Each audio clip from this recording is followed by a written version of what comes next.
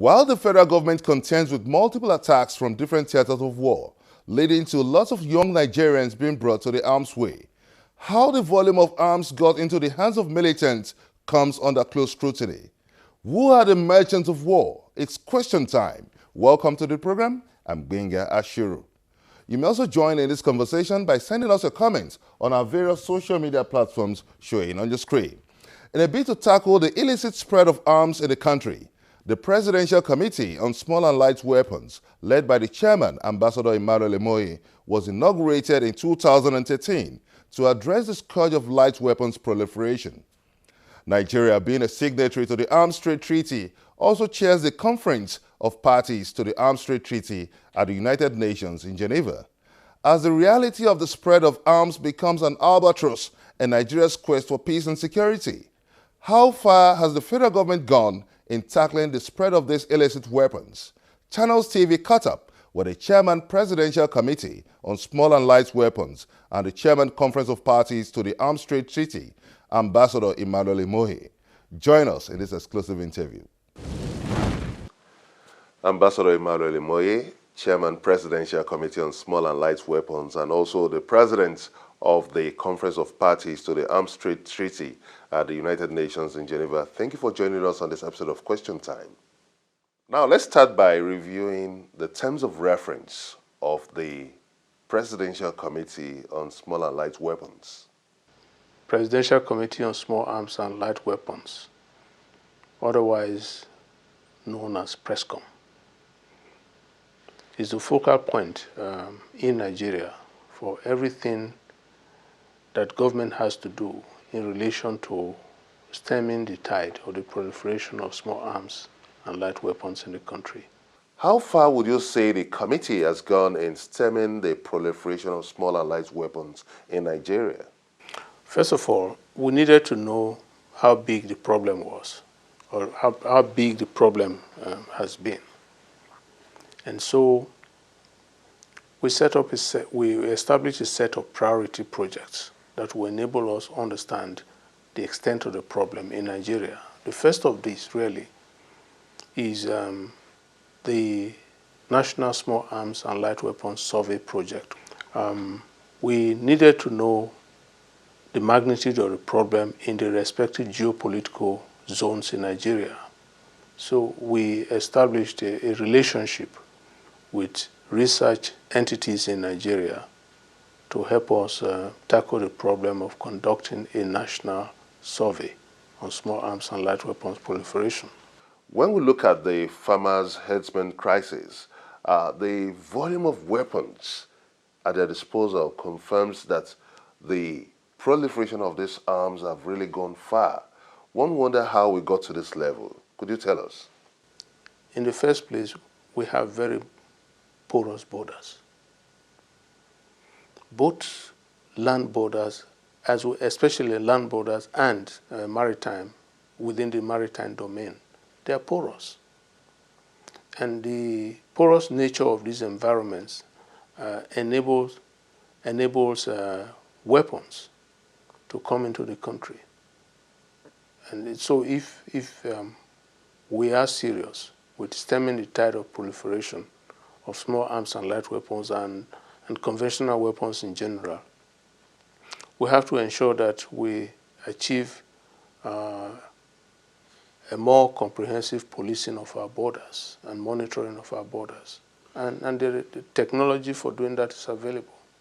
Now, let's take up some statistics now. What do you make of the disturbing trend that West Africa accounts for more than 10% of the 100 million number of firearms in circulation in Africa? It's a worrisome situation.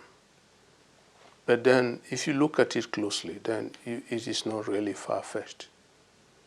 Because West Africa has been a region of crisis, a region of conflict.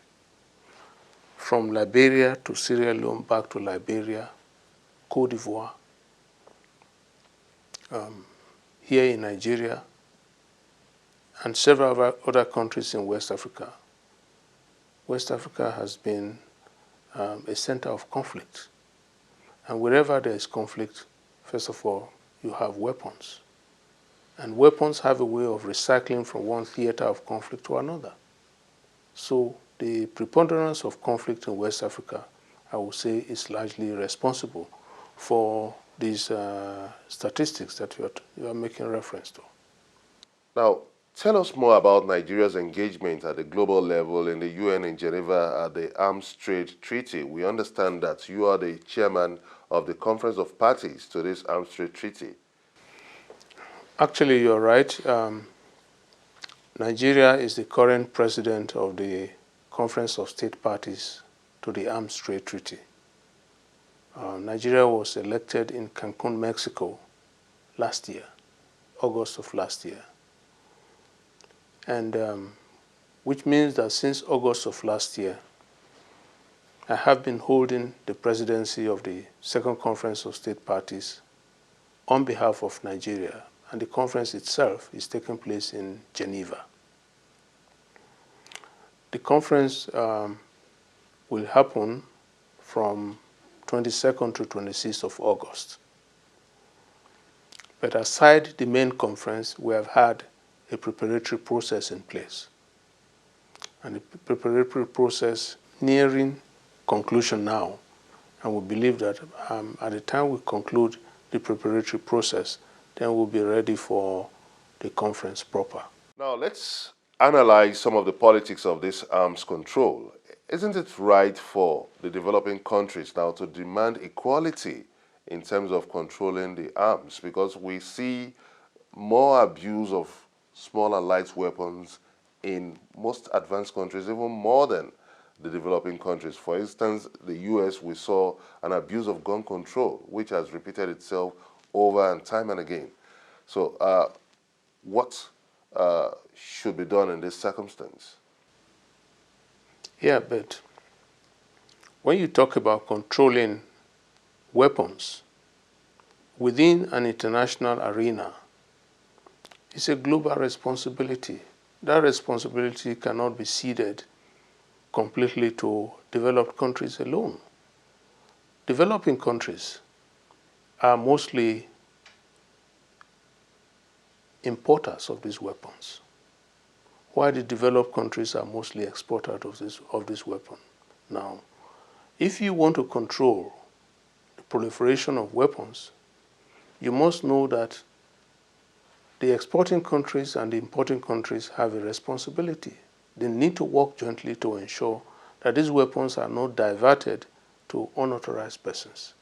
And the issue of diversion is a critical element of the remit of the ATT.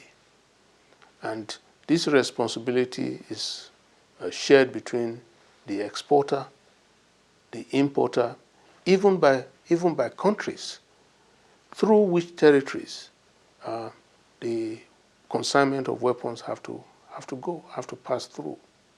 How far have you gone in fishing out the network of those trafficking in arms? What the committee does is to create an enabling environment that will facilitate the work of existing security agencies in fishing out those who are responsible for the network of illegal arms circulating in Nigeria. We are a regulatory agency. We set the standards, we establish the benchmarks, and we work in concert with existing security agencies. And the real work of identifying who is doing this and who is doing that really belongs to the security agencies. You may also join in this conversation by sending us your comment on our various social media platforms showing on your screen. Coming up on Question Time, how relevant is the mandate of the Presidential Committee on Small and Light Weapons with the spread of sophisticated weapons in modern warfare? Find out from the Chairman, Presidential Committee on Small and Light Weapons, Ambassador Emmanuel Imohe, after the break.